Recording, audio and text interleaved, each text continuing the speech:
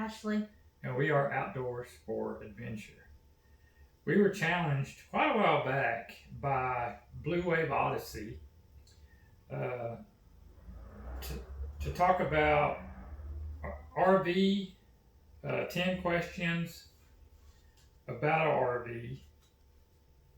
Now, in our case, it was the RV we used to have because we sold ours not long ago. And we had reasons for doing that. But I'm going to let y'all know first that we've had a pop-up camper, and then we used it for quite a while, and then we went to a 30-foot regular bumper pull camper trailer. And we've used it for quite a bit, and we went through about a 6-month straight span of pretty much living in the camper.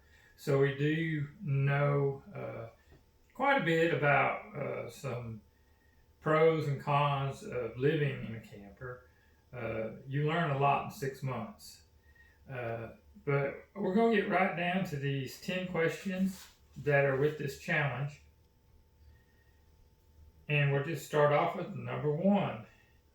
If you could change or add one thing on your RV, what would it be? And my answer to that is I would have bought a smaller camper. We didn't use our trailer as often as we might have if it had been shorter, because it was just, for me, too hard pulling around, especially in town. And not that it didn't pull good, my setup with the truck I had, everything worked fine.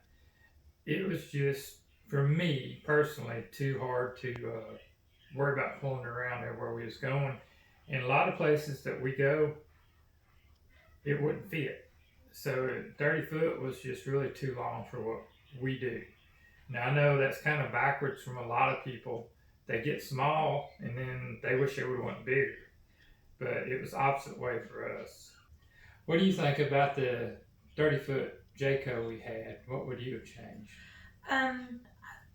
When we were looking, I looked for windows. I like lots of light. I like lots of natural light. So my main goal was to get lots of windows. And with that, we had 2 rockers behind or in front of the biggest window, and those rockers were not the most comfortable. And the table was awkward when you were trying to cook, and there were people sitting at the table. The kitchen layout was awkward. So I would be more mindful of that kind of thing. The layout. The layout. Mm-hmm. Okay, so what's something you didn't expect when you got your first RV?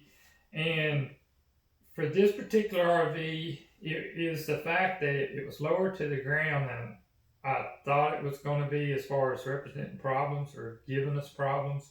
I had to be really careful not to rip the drain pipes and stuff off the back of the camper.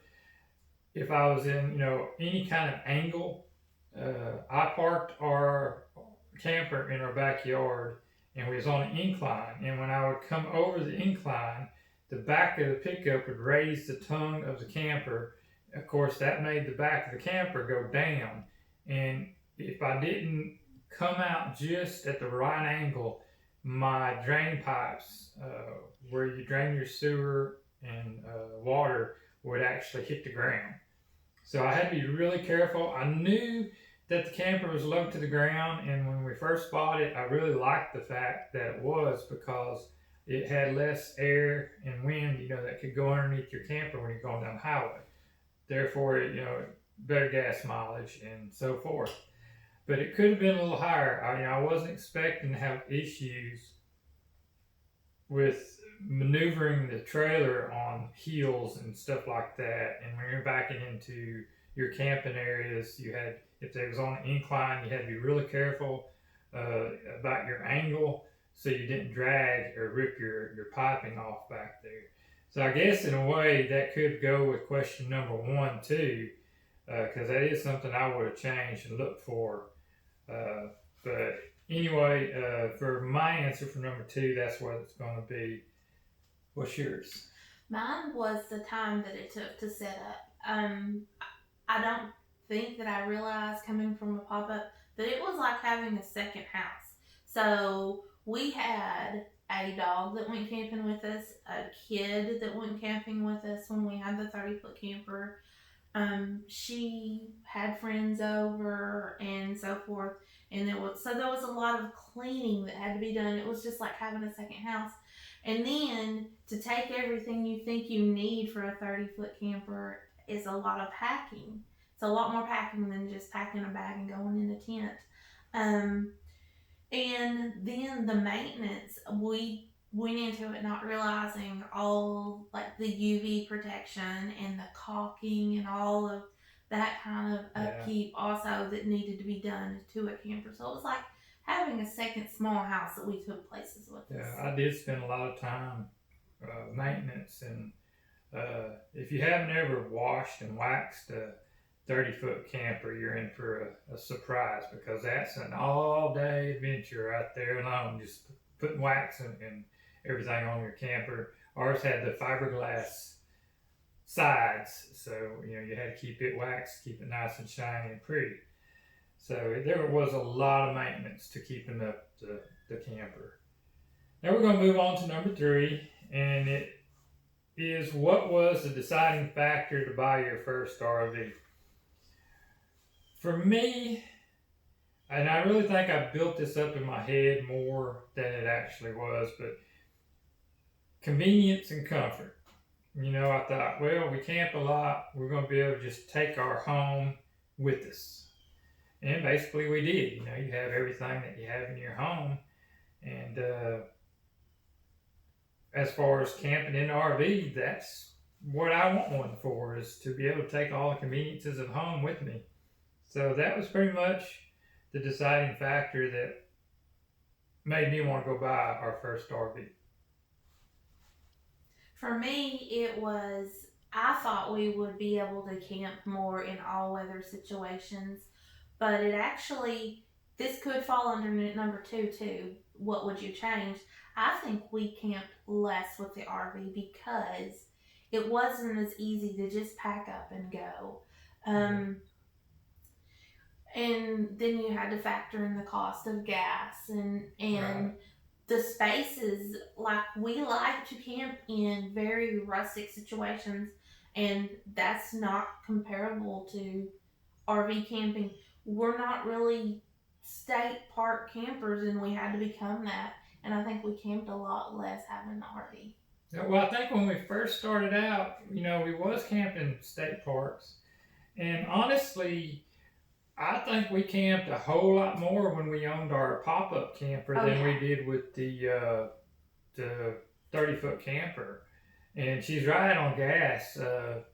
Pulling that camper behind my Titan, I was lucky to get 10 miles a gallon. There was a few times on the interstate I was hitting 12 and 13, but most areas that's not interstate, I was getting 10 miles a gallon. And I could pull that pop-up around, and it really didn't affect my mileage at all. And it was really easy to get it in and out of the camping areas, and into Walmart parking lot, and it's maneuvering around town and stuff like that. So again, with me, it's just a size issue. I know there's a lot of people that pulling a big old camper behind them doesn't bother them at all. You look at all these truck drivers that do it for a living. And for me, I just wasn't comfortable pulling something that long behind me all the time. I could do it. I never had any problems. But to me, it was just kind of a pain. And so we're going to move on to number 4. And it's, what's your favorite meal to cook at camp? Now, I've watched a lot of you guys do this challenge, and I'm going to be agreeing with a lot of the comments that y'all made. Of course, the bacon and eggs and steak.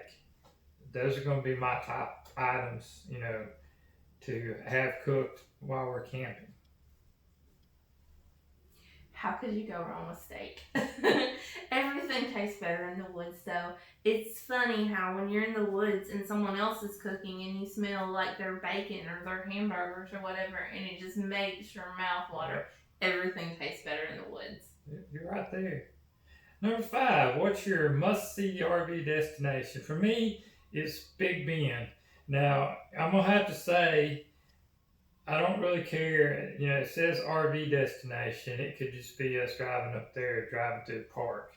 But if I was going to drive an RV to a destination that I wanted to go, Big Bend would be my first choice. For me, it's more historic sites. I really enjoyed our trip to Vicksburg, and I know that was more for me for the knitting aspect of it, but we really, really had a good time in the Civil War Park. Um, I love history. I'm a big old nerd. So, just historical sites, I would love to see that. I also would love to go out to the West Texas. I think it's West Texas, Mexico, where the Cadillacs are buried into the ground. I forget what they call that. That's something that I would like to see someday. Some of the people that I view have been there and have video on that area. Okay, let's move to number 6. What's your favorite thing about RVing? And with RVing, to me, it's your home's with you. You know, you've got your TV and all your fancy stuff to be camping with that you wouldn't have if you was tent camping and stuff like that. So, you know, for me, favorite thing about RVing is taking all your home conveniences with you. For me, it's having an actual bed, having a mattress underneath you instead of like a cold air mattress. Or in the Smittyville, we just have the mattress that came in that and the egg crate. And although I sleep great in it, you just can't beat a real mattress. Yeah, that's true. Well, conveniences of home. What's your least favorite thing about RVing? This is question number 7. And my least favorite thing about dealing with the RV was taking care of the waste. I didn't enjoy that much at all. To me, it was more involved than emptying like a porta potty. It seemed to me like a porta potty type system is just easier to deal with than having to pull into the drain station with your big camper and dealing with your hoses and then having to rinse all your hoses out before you store them. There's a lot to taking care of your waste in your RV. And what would your least favorite thing about RVing be? I'm kind of going back to my answer earlier, but all the prep that it took, I didn't realize, you know, all the things you would need, because which we outfitted ours for long, long trips. Yeah. So it might be different if you're just going for a weekend. But all the prep was quite inconvenient, and having to deal with backing into spaces and so forth. Right. Okay, number 8. What's a must-have on your next RV? Okay, from our experience in the RV we had, the must-have would be a bigger shower. The way our shower was designed, you actually had to step up into it, and then it had a sunlight dome over the top. And when I was in the shower, my head would actually kind of be up in that sun dome. So I would want a shower that, one, I didn't have to step up into, and just a little more size to it. That one was kind of small for my taste. So if I got another RV, the number one thing I'd be looking for is a bigger shower. For me, it would be a better layout. I keep going over the same things, I think, but it was just difficult to maneuver. Like if you were cooking a meal, just prep work, because one of us would have to sit at the table while the other cooked at the stove and so forth. And comfort, be sure your furniture is comfortable. Yeah, and our camper did have a slide, and basically the whole kitchen slid out. And even with that extra space, you still had to, where the stove was like right at the end. And if she was cooking, I would have to go around her, or she'd have to move so I could get into the hallway to go to the bathroom in the bedroom area. So with the stove being right at that opening of the hallway, it made an inconvenience there where if they would have scooted the stove down into more of the open area, it could have just went around her. So yeah, layout's a good answer on that one. Number 9, what's your favorite adult beverage at camp? If you have watched any of my videos at all, you know that my favorite number 1 beverage for camping is coffee. And that's all I got to say about that one. We do drink a lot of coffee, but since he said coffee, I'm gonna say Coke Zero. We like a good ice cold Coke. Oh yeah. We'll move on to number 10. What's your favorite indoor RV accessory? Well, I would say air conditioning, but I don't know if that would be considered an accessory. But air conditioning would be number 1 on my list.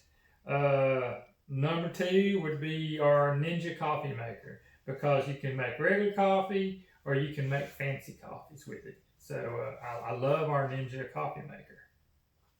What's yours? If we're going just straight things that are a convenience because you have an RV, running water.